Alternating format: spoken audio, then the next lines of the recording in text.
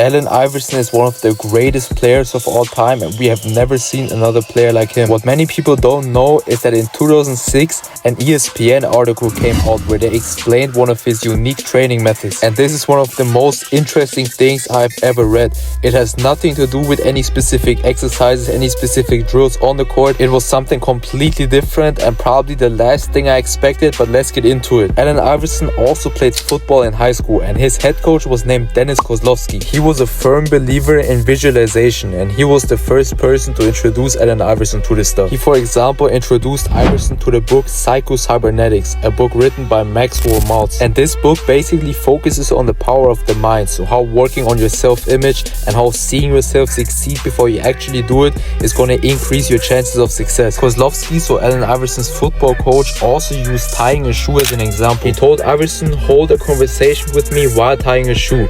Notice how you don't have to even think about tying your shoe and how it's automatic.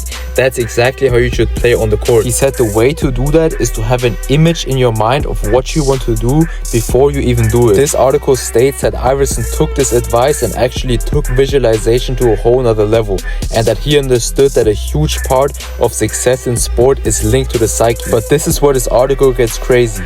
Allen Iverson's bodyguard from 1997 to 2002, his name is Terry Royster, talked about how Allen Iverson actually trained. So he was around him a lot and he saw how Allen Iverson approached his workout. His bodyguard said that he rarely saw Iverson get a lot of shooting reps in. He rarely saw him do any skill work or be in the weight room. He said that Iverson used to just sit down for hours and visualize himself dominating in the game. And he even gave a specific example. So he said that while they were sitting in the car after being quiet for some time, he told him, you know how I usually cross my man over and take it to the lane and pull up, right?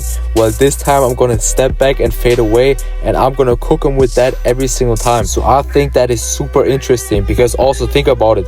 You can just imagine something scary happening. So imagine you're, for example, in a car accident. Just by imagining that, you also kind of get the same emotions come up as if that would happen in real life.